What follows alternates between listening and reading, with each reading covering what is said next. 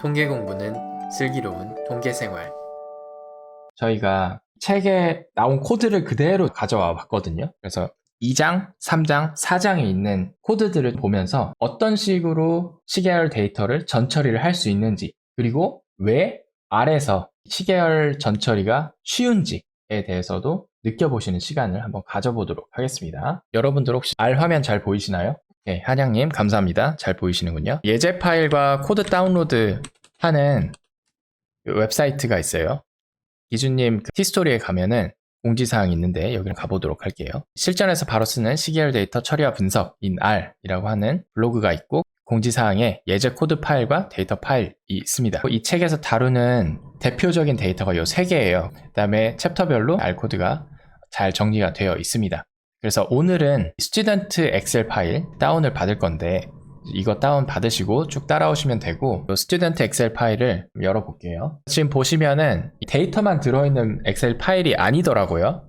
보면은 연도별, 지역, 규모별, 학생 수 이렇게 돼 있고, 뒤쪽에 보시면 데이터에 대한 메타데이터가 들어가 있고, 17번째 줄부터 데이터가 시작이 되는 데이터입니다. 보통의 데이터들이 다 앞에 부분에 메타데이터가 많이 들어가 있나요? 저희 데이터는 많이 그렇게 써놨어요. 왜냐하면 이 네. 메타데이터를 뒤에 붙여놓으면 잘 안 읽으시더라고요. 그러니까 그쵸. 이 데이터를 어떤 데이터인지 성질도 모르고 일단 데이터 들어있으니까 그냥 그걸 갖다 쓰시기만 하는 거가 좀 있어서 일부러 이 앞에 읽어보셔야 될 중요한 것들은 좀 넣어놓은 거고, 그리고 이 파일을 네. 책을 쓸 때 고민을 했던 게 이걸 조금 정제해서 놓을까? 그 생각을 처음에 안 한 건 아니었는데 일부러 제가 이렇게 놓은 게, 아까도 말씀드렸지만 받을 수 있는 대부분 데이터들은 이쁘게 돼 있지 않아요. 절대 그렇지 않죠. 그렇죠. 그래서 그거를 일부러 보여드리기 위해서 손 하나도 안 대고 거기서부터 시작을 한 목적이 있었어요. 아, 깊은 뜻이 있으셨군요. 네. 이 메타데이터 얘기가 나왔으니까, 메타데이터에서 혹시 뭐 중요하게 생각할 수 있는 그런 게 있을까요? 통계 데이터는 제일 중요한 게 조사 기준일이 언제냐가 제일 중요합니다. 매주 나오는 그 대통령 지지율을 봐도 몇 주차 데이터, 이게 굉장히 중요하거든요.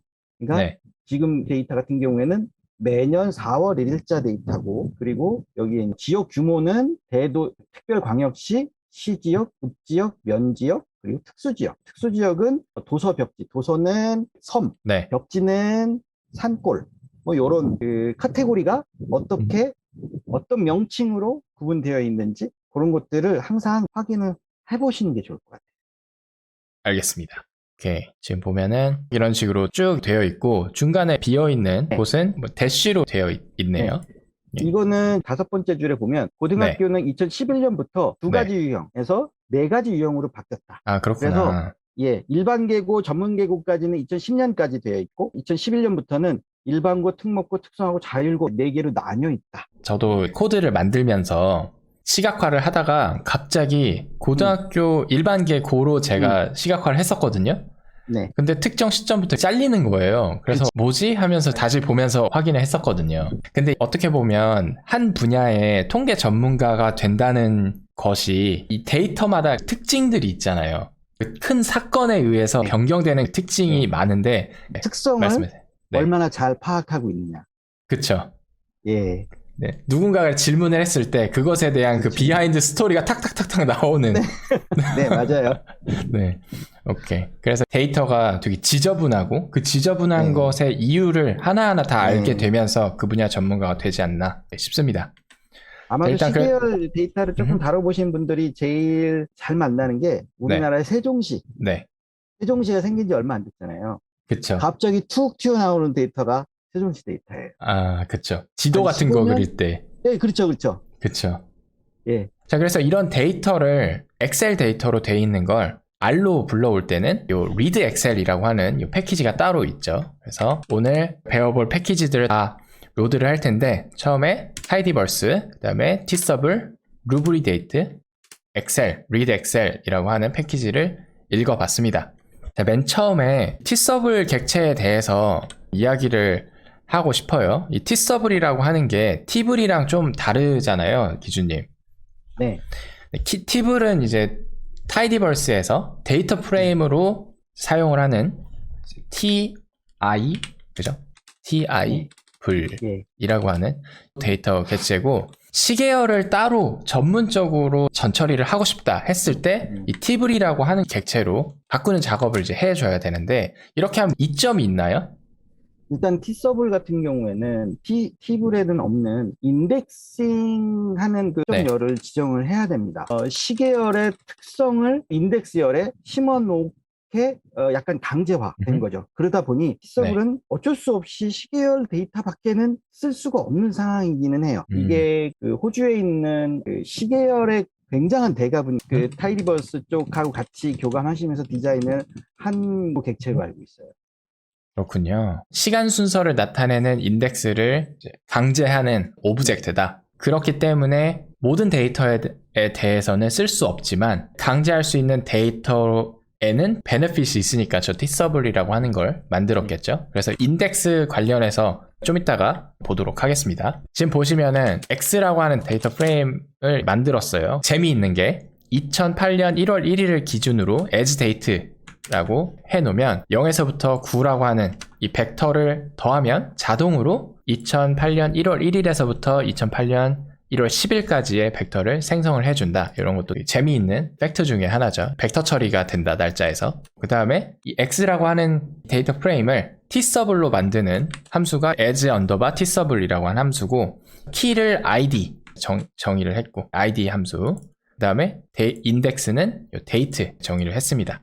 키의 의미는 뭔가요? 그러니까 똑같은 데이트에 그 두 개가 들어왔을 때 이 데이트는 서로 다른 아이디를 가져야 된다라는, 그러니까 두 개의 관찰에 대해서 같은 T서블에 집어넣을 수는 있지만 두 개는 자기 자신의 아이디를 가져야 된다.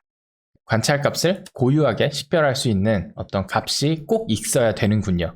그러니까 이 두 개가 필수 요소인 거죠. T서블이라고 하는 오브젝트로 만들기 위해서. 그래서 방금 전에 살펴봤던 이 스튜던트 엑셀, 요거를 이제 엑셀, 리드 엑셀이라고 하는 함수로 읽어왔는데, 읽어올 때 옵션을 3개를 썼습니다. 첫 번째는 스킵 옵션, 두 번째는 NA 옵션, 세 번째는 시트 옵션, 그리고 마지막에 콜 타입을 썼는데, 요 스킵 16이라고 하는 것은 요 메타데이터가 16번째 줄까지 되어 있고, 실제 데이터는 17번째 줄부터 시작하므로 나는 엑셀 데이터를 읽어올 때 16줄은 건너뛰고 싶다라고 하는 거고, NA가 대쉬로 설정을 해 놓은 것은 이 비어있는 부분이 대쉬로 채워져 있는 부분이다 라고 하는 것을 알려주기 위해서 옵션을 썼습니다. 마지막으로 시트 1번의 데이터가 존재하기 때문에 1번 데이터를 가져와라 라는 거고, 그 다음에 콜 타입을 텍스트 2번, 뉴메릭을 16번 작성을 해서 넣었어요. 이유는 2010, 그 다음에 광역시, 시, 읍면, 지역 규모, 얘 두 개는 텍스트, 나머지 애들은 뉴메릭으로 불러왔는데, 기준님이 이렇게 특별하게 콜 타입을 다 지정해서 불러와야 되는 이유가 있는지 궁금합니다. 좀 전에 그 엑셀을 보시면 네, 엑셀로 컴마가 가보겠어요. 붙어있어요. 네. 천 단위마다. 그쵸. 그래서 저렇게 지정을 하지 않으면 다 텍스트 형태로 불러 읽어 들어옵니다. 그렇군요. 그래서 오케이. 어쩔 수 없이 그 뉴머릭을 강제로 지어주면 저 콤마를 생략해버리고 숫자만 갖고 오거든요. 그래서 일부러 강제로 바꿔버립니다. 오케이, 감사합니다. 그래서 데이터가 그냥 숫자만 있을 경우에는 콜 타입을 안 지정해도 되는데, 이런 식으로 숫자 이 컴마 지정한 경우에는 뉴메릭을 꼭 불러오시는 게 좀 덜 수고로운 그런 상황이 발생할 수 있다. 그래서 스튜던트 데이터를 이제 티블로 잘 불러오게 됐고, 연도가 이제 캐릭터로 되어 있는데 얘를 처리를 해 주신 거죠. 그래서 여기서 뮤테이트 함수를 사용해서 뒤쪽에다가 1월 1일을 붙인 건데, 이렇게 해주는 이유가 있나요? 지금 as date를 써서 데이트 네. 형태로 만들기 위해서는 네. 월과 일이 반드시 들어가야 합니다. 그렇기 때문에 어쩔 수 없이 그렇게 붙여준 거죠. 오케이, 알겠습니다. 자, 그래서 이렇게 월과 일을 무조건 붙여준 다음에 as date이라고 하는 함수에다가 넣어줘야지 데이트 그 칼럼 속성을 띄게 된다. 데이트 칼럼을 만드는 게 저희의 목적이죠, 사실. 처음에는 캐릭터로 나온 걸 데이트로 불러오게 되고, 그 다음에 스튜던트 팁을이라고 하는 걸로 저장을 해놨습니다. 또 하나 T서블로 만드는 과정이 필요한데, 지역 규모 중에서 특별광역시, 시, 읍지역, 면지역, 투수지역, 그리고 얘네들을 다 아우르는 개가 6번째 줄마다 나오게 되는 거죠. 얘를 이제 필터로 잡고 개만 이렇게 쭉 잡히게 되고 지역 규모를 걔밖에 없으니까 얘를 지금 뺀 거고 인덱스를 연도로 일단 지정을 해 놓게 된 겁니다. student underbar tsub이라고 하는 것이 tsub을 보시면은 여기에 팁을 경우에는 팁을 한 다음에 데이터 사이즈가 나오게 되는데 tsub에는 데이터 크기가 나오고 1D가 이렇게 나오거든요. 이것이 의미하는 게 혹시 어떤 건가요?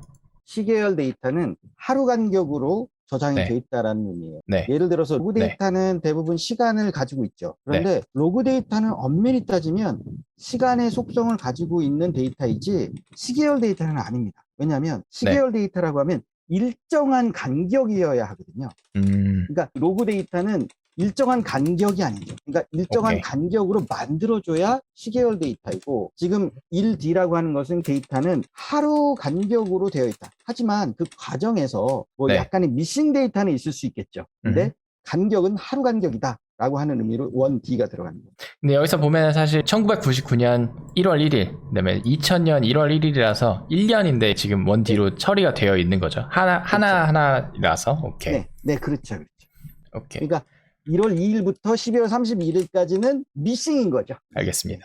지금 보면은 결국에는 중요한 말씀을 해주셨는데 시계열 데이터라고 하면 시간의 간격이 일정한 데이터를 두고 이야기를 하는 것이다 라는 것도 기억을 해주시면 좋겠네요. 자, 그래서 이 팁을 데이터를 먼저 시각화하는 방법에 대해서 코드를 공부를 해볼 텐데 X축에다가 연도 정보 1999 그다음에 2000년이었죠? 2000년 이런 것들 1990 네, 데이트 1999 1월 1일 그리고 여기 보면 2000년 1월 1일 그래서 연도로 이렇게 나가는 거를 알 수 있고 그 다음에 학생 수 개를 만명 단위로 나눠 놨습니다. 그래서 X, Y라고 하는 것을 이렇게 다입을 해놓고 지역 규모별로 연결을 시켜 놓으면 얘가 지역 규모에 따라서 라인을 하나씩 그려주게 되는 것이죠. 이런 식으로 표현이 가능하고 그 다음에 포인트를 요 각각의 연도별로 데이터가 들어있는 곳에다가 포인트를 찍어 놓을 수가 있습니다. 그리고 그 상태에서 axis text x 엘리멘트 텍스트 한 다음에 angle 45 h adjust 1 이렇게 해놨거든요. 이거를 하신 이유가 혹시 어떤 건가요, 기준님? 지금 여기는 조금 생략이 됐는데 책에서는 연도가 그 팩터로 만들어 놨었어요. 팩터로 해서 이게 다 나오게 되면 연도들이 겹쳐서 잘 눈에 안 띄기 때문에 그래서 그거를 기울여서 해놓은 거죠. 여기 때 X축 말씀하신 거죠, 여기? 네네네네. 오케이. 이렇게 되어 있을 때 예. 요거를 책에서는 90도로 하셨죠? 네. 90도로 해야지 다 표현이 되니까 이렇게 해서 이렇게 되게끔 요 X축의 이 각도를 조절을 해주신 코드였습니다. 그리고 뒤쪽에 함수 사용해서 요 위쪽 제목이랑 X축, Y축 제목 이제 붙여줬고 그다음에 필터가 제가 봤을 때는 걔가 너무 큰 그 값을 가져가지고 이쪽 밑에 있는 어떤 추세를 잘 보여줄 수가 없어서 이렇게 지역 규모를 걸러가지고 내면은 이런 것들도 추세를 좀 더 잘 볼 수 있다. 제가 이거 보면서 생각을 좀 했었거든요. 파란색이 광역시 학생 수잖아요. 전체 학생 수. 그리고 얘는 이제 시에 대한 전체 학생 수인데 기본적으로 시간이 가면 갈수록 학생 수가 줄고 있다는 게 너무 명확하게 보였었고 그 광역시에 있는 학생 수가 줄어드는 게 시 지역에서 줄어드는 것보다 더 급격하게 줄어들어서 좀 신기했습니다. 혹시 요거에 대해서 인사이트 같은 거 혹시 있으신가요? 완전히 이게 증명된 건 아니지만 저희가 추정하기로는 요즘에 집값하고 좀 관계가 있는 것 같아요. 새로 이렇게 아이들이 들어가면 서울의 높은 집값 때문에 좀 젊은 엄마 아빠들은 그 이쪽 그 서울 밖으로 너무 슬프네 이거. 그러니까 그런 현상들이 분명히 있긴 있는 것 같아요. 그리고 제가 뭐 얼마 전에 잠깐 본 데이터 중에 서울 시내의 만 4세 데이터, 그러니까 유치원생들이 그 지역에 살면 2년 후에 그 지역에 초등학교를 들어가야 되잖아요. 1년이나 2년 후에. 근데 그 값을 2년 전에 유치원생하고 2년 후에 초등학생하고 비교를 해보면 서울 지역은 다 줄어듭니다. 그렇구나. 초등학교가 들어가면서 다 빠져나가 버리는 것 같아요. 외곽 쪽으로. 아무래도 학원도 다녀야 되고 뭐 이런 비용들 아마 그런 것 때문이지 않을까라고 추정은 하는데 아직 뭐 정확하게 증명되지는 않았어요. 완벽하게 된 건 아니지만 그래도 그렇게 해석을 해볼 수가 있다. 탱님이 그럼 줄어든 만큼 다른 곳은 늘어나야 하는데 그렇지 않은 거 보니 인구가 감소하는 추세인가 봐요. 아, 정확하십니다. 전체적으로 다 줄고 있다는 거는 확실한 거죠. 근데 이제 어느 곳에서 덜 줄었느냐라는 걸 가지고 인구가 이동했다라는 거를 이제 읽어내신 거고, 특히나 그 이동한 인구들이 애들을 낳는 시기인 뭐 신혼부부 아니면은 상대적으로 젊은 층의 인구들이 그 광역시에서 이제 바깥으로 시 지역으로 좀 밀려나지 않았나라는 것도 잘 들어봤습니다. 제가 생각하기에는 코드 사용해서 돌리는 거는 아무나 다 할 수 있거든요. 근데 이걸 가지고 스토리를 내는 것 자체가 그렇죠. 진짜 도메인 지식이라고 생각을 합니다. 그래서 재밌었어요. 그런 이 눈을 가지고 계시는 게 너무 부럽습니다. 그 다음에 이거는 앞에 있는 거를 조금 이제 예쁘게 만들어 본 거였는데, 티블 데이터 중에서 지역 규모를 개만 빼온 겁니다. 개만 빼오고, 그 다음에 똑같이 X축에다가는 연도, Y축에다가는 학생 수 이렇게 연결해 놓고, 그 다음에 지원 라인을 이렇게 그린 거예요. 그리고 그 다음에 포인트로 또 점 찍어주고, 재미있는 게 스케일 함수를 쓰셨어요. 학생 수 개를 scales number 함수에다가 넣어놓고 빅점 마크를 쉼표로 해놨습니다. 얘가 혹시 의미하는 게 어떤 건가요? scales 함수의 number 함수 먼저 설명을 해주시면 좋을 것 같습니다. 네. 그러니까 넘버 함수는 결국에는 숫자의 포맷을 결정하기 위해서 사용을 한 건데, 한국에서는 천 단위마다 콤마를 많이 쓰잖아요. 그쵸? 유럽에서는 점을 쓰는 나라들도 있더라고요. 네네네. 그런 것들을 설정하기 위해서 그냥 숫자만 나오면 뭐 얼마나 되는지 감을 잡기가 힘들어서 어쩔 수 없이 찍어야 되는 상황인 것 같다. 그래서 스케일스의 넘버라고 하는 함수를 사용했고, 그리고 그냥 지옴 텍스트를 쓰지 않고 레페를 쓴 거는 겹쳐가지고 눈에 잘 안 보이는 상황이 좀 있어요. 그래서 그거를 하나하나 다 조절할 수는 없고, 네. 지옴 텍스트 레펠이 그런 것들을 좀 조절해 주기는 하는데, 이것도 이쁜 것 같지는 않지만 어쨌든 데이터는 확인할 수 있다. 그 관점에서 쓰긴 했습니다. 이 레이블링을 겹치지 않게 해주기 위한 함수가 지옴 텍스트 레펠이라고 하는 함수였죠. 그래서 뒤쪽에 가면은 이코노미스트 ธี임을 제가 이제 만들어 놓은 거고, 그 다음에 아까처럼 X축에 있는 앵글도 똑같이 설정을 한 함수를 만들 수가 있는데, 이 중에서 또 이런 함수가 있더라고요, 책에. X 스케일 Y 컨티뉴어스 한 다음에 레이블즈 넘버 포맷 그 다음에 빅 마크, 요거를 이제 하게 되면은 요 Y축에 있는 정보들이 정확하게 표현이 되고, 이전에는 축약 형태로 되어 있었던 거에 쉼표를 똑같이 넘버 포맷 함수를 사용해서 표현이 되고, 그 다음에 X데이트, 얘도 되게 신기했던 함수였습니다. 스케일 X 데이트로 브레이크를 1이어로 주고 데이트 레이블을 Y로 해놓으면 전체 연도를 다 표현을 할 수가 있게 됩니다. 그래서 이런 함수도 되게 재미있게 배웠던 함수였습니다. 여기서 하나만 제가 네네네. 말씀드리자면, 여기 네. 데이터 레이블 그 퍼센트 %Y 있죠? 네. 그거를 Y를 소문자로 쓰면 네. 뒤에 두 자리만 나옵니다. 여기를 소문자로 쓰면? 아니, 예. 네. 요 뒤에 두 자리. 예. 그쵸. 오케이. 98년, 99년, 이런 식으로 네, 나오는군요. 오케이. 얘가 Y도 있고, 소문자 M도 있고, 라지 M도 있나요? 네, 그렇죠. 예. 오케이. 라지 M은 어떻게 되나요, 이게? 라지 M은? 라지엠이 그게 0, 01, 02, 뭐 이렇게 나오고. 01, 02, 03, 예, 이렇게 예. 1월로, 오케이. 예, 그리고 이게 B가 1월, 2월 이렇게 나올 거예요. B가요? 예, B. 이거요? 예. 오케이. 한번 해볼게요. 그러네요. 지금은 다 다 1월이니까. 네, 예, 다 예, 1월이어서. 오케이. 그렇군요. 이런 것도 대문자 이제 B로 책에 한번 해보시겠어요? 대문자 B요? 예, 예. 알겠습니다. 그러면은 01로 나오나요, 혹시? 1월로 나오네요. 예, 오. 예. 굿, 이게 좋습니다. 이제 영문으로 가면 뭐 네. January, February 네. 이렇게 나오죠. 그쵸. 이렇게 자동으로 현재 로케일이 한국어로 설정이 되어 있어서 네. 네, 지금 이렇게 나오고, 영어로 되어 있으면 여기가 아예 January, February 이런 식으로 된다. 이런 내용들이 다 이 책에 정리가 되어 있습니다, 여러분. 오케이? 네. 그래서 저는 진짜 그거 보고 오래 걸리셨겠구나 했었거든요. 근데 알고 보니까 시간이 축적돼서 집대성된 책이었군요. 오케이. T-Sub이라고 하는 거를 저희가 정의를 했었고, T-Sub 데이터 시각화에 대해서 한번 더 가볼게요. Feast라고 하는 패키지를 사용해서 시각화를 하는 거죠. T서블은. 네.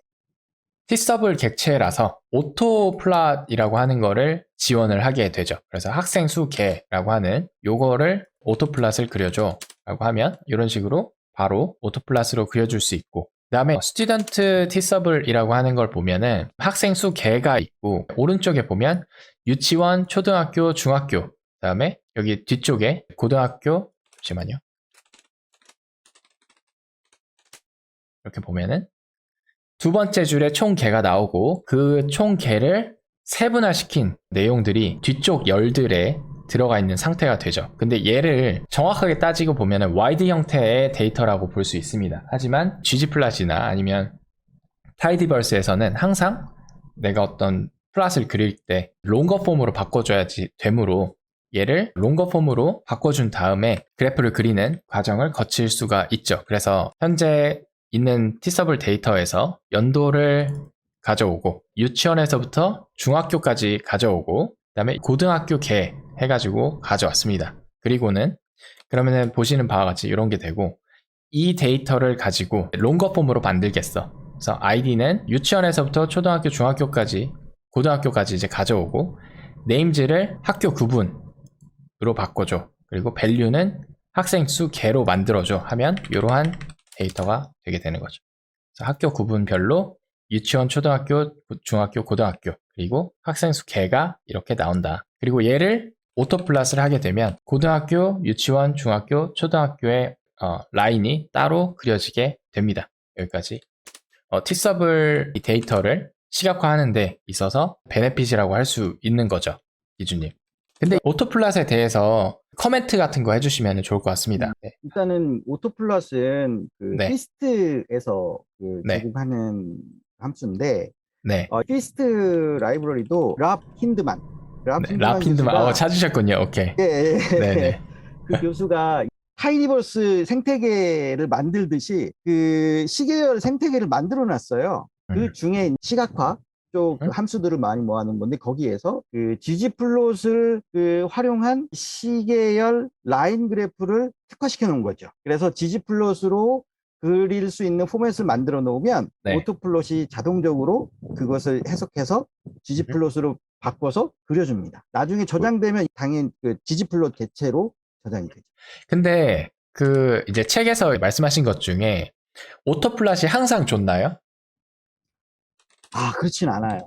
네. 오토플롯은 빠르게 확인하는 데는 굉장히 좋지만, 좀 세부적으로 들어가면 역시 ggplot만한 거는 없는 것 같아요.